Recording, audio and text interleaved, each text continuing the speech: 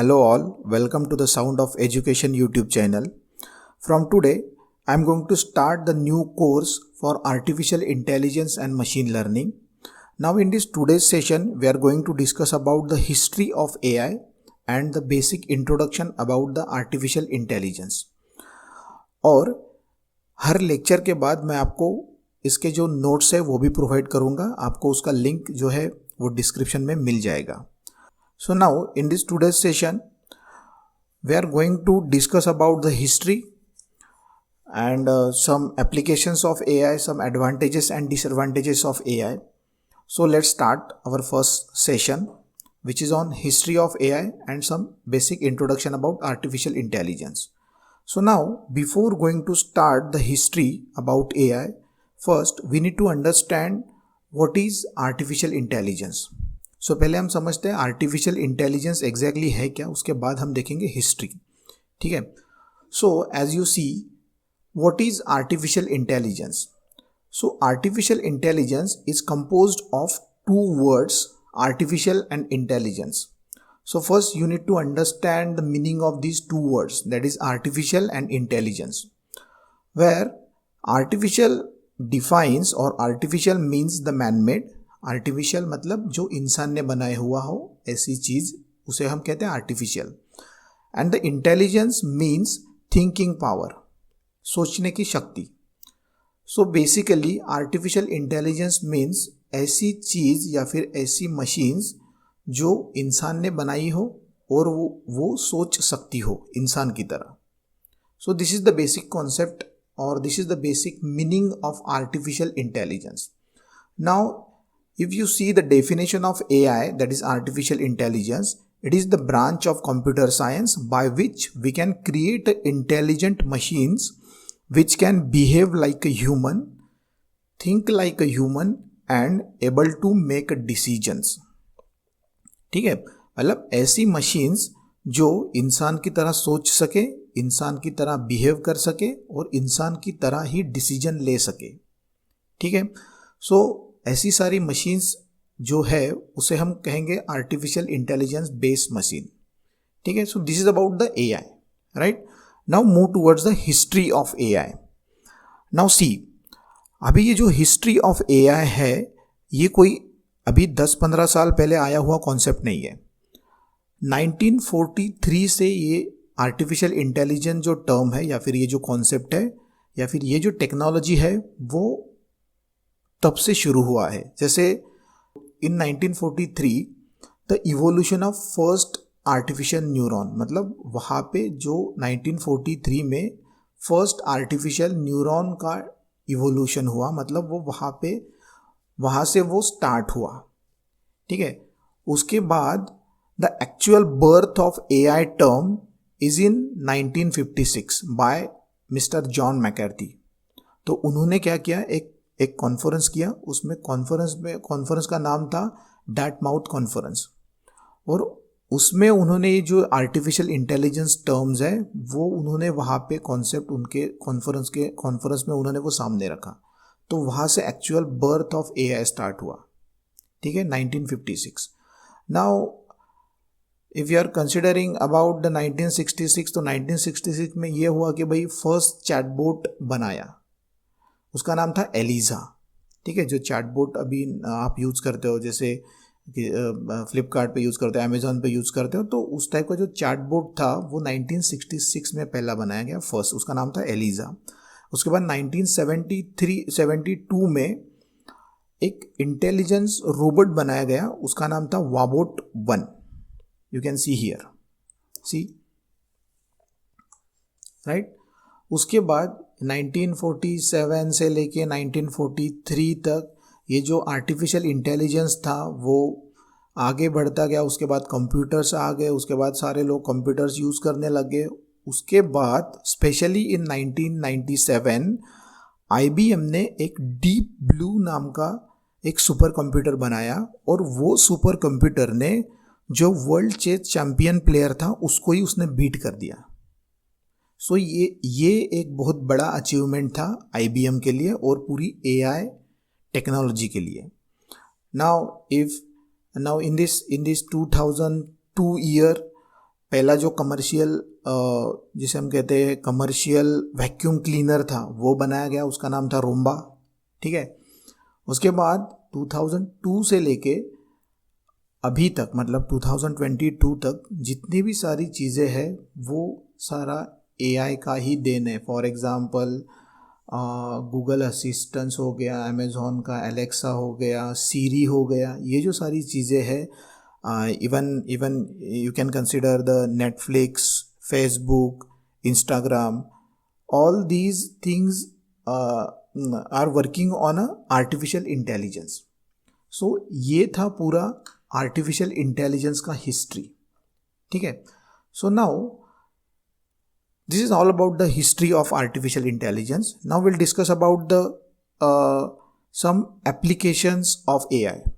Now before going to start the application, first we need to understand the need of artificial intelligence. ज़रूरत क्यों है भाई हमें artificial intelligence की? So now you can see the first point, that is you can create such a software or device which can solve real life problem very easily and with accuracy such as health issues, marketing and traffic issues. मतलब जो real life problems है वो by using artificial intelligence हम बहुत easy तरीके से solve कर सकते हैं, बहुत इजी तरीके से मिनिमाइज कर सकते हैं। और वो कहाँ कहाँ पे हम यूज़ कर सकते हैं, या फिर हम कहाँ कहाँ पे अभी यूज़ कर रहे हैं, तो हेल्थ इश्यूज़, हेल्थ सिस्टम में हम यूज़ करते हैं, मार्केटिंग में हम उसको यूज़ करते हैं, और ट्रैफिक इश्यूज़ भी हम उससे सॉल्व कर सकते हैं। इसके डिटेल में हम आगे देखेंगे ये किस तरीके से वर्क करता है।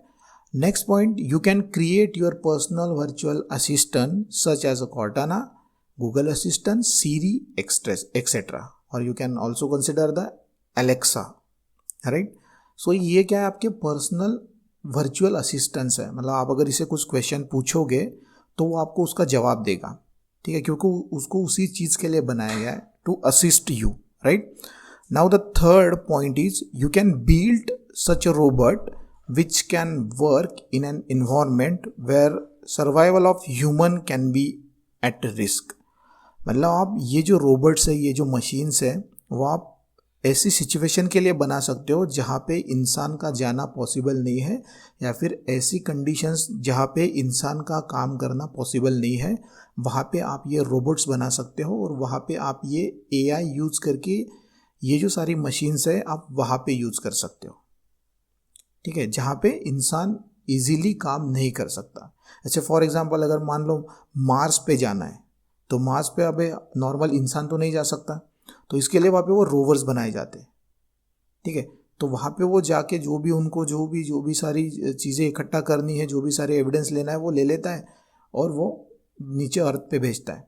सो this is the one example of artificial intelligence robot we can use easily. The last point is AI opens a path for other new technologies, new device and new opportunities.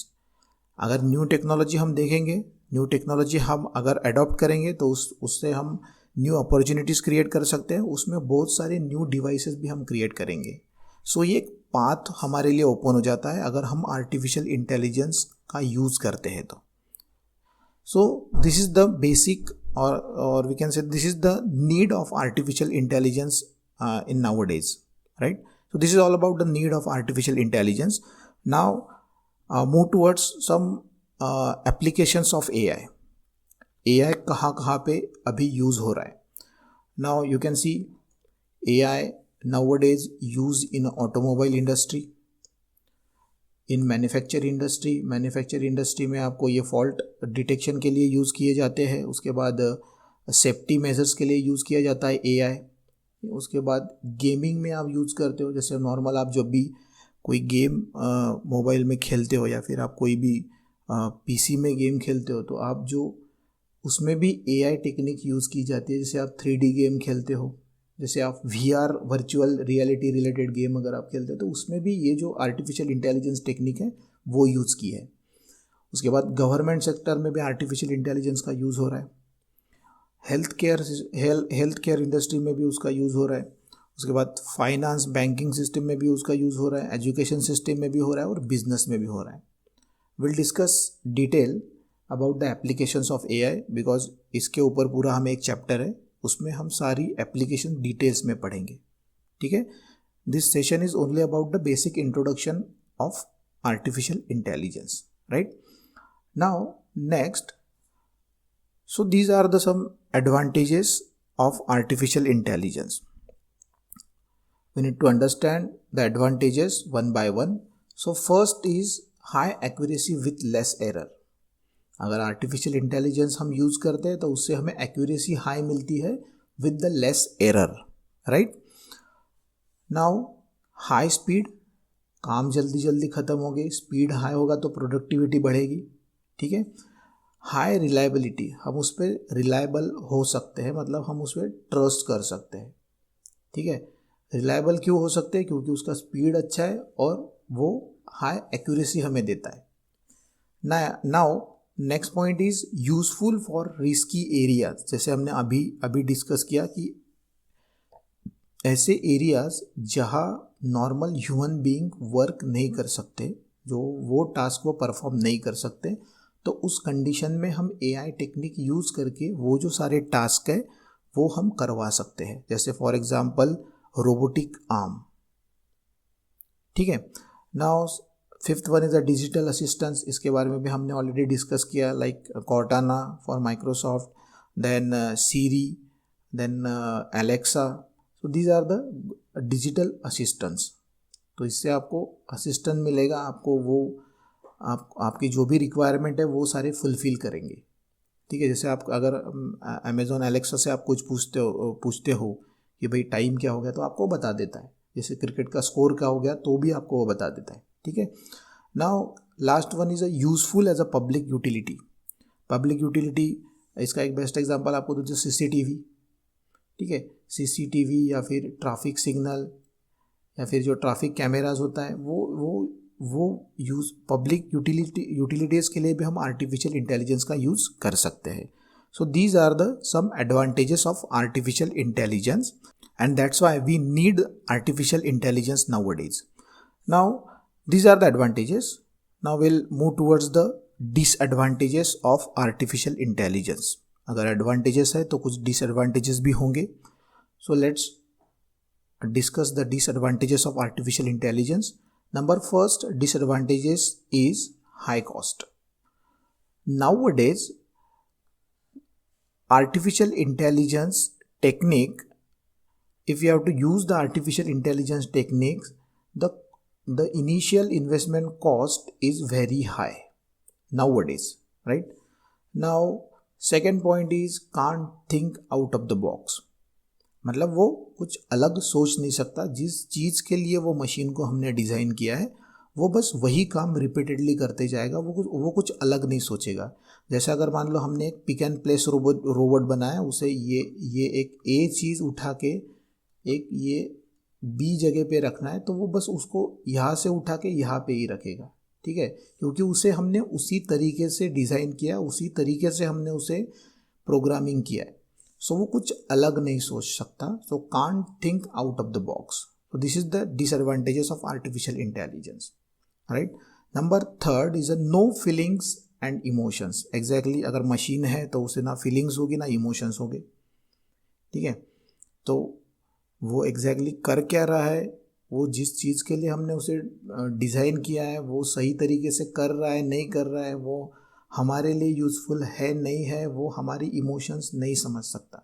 बस उसे जितना हमने काम दिया है machine को, वो उसी तरीके से उसे रिपीटेडली करते जाएगा. तो वो ना तो फीलिंग्स समझेगा, ना तो वो सामने जो भी होगा उसके इमोशंस समझेगा.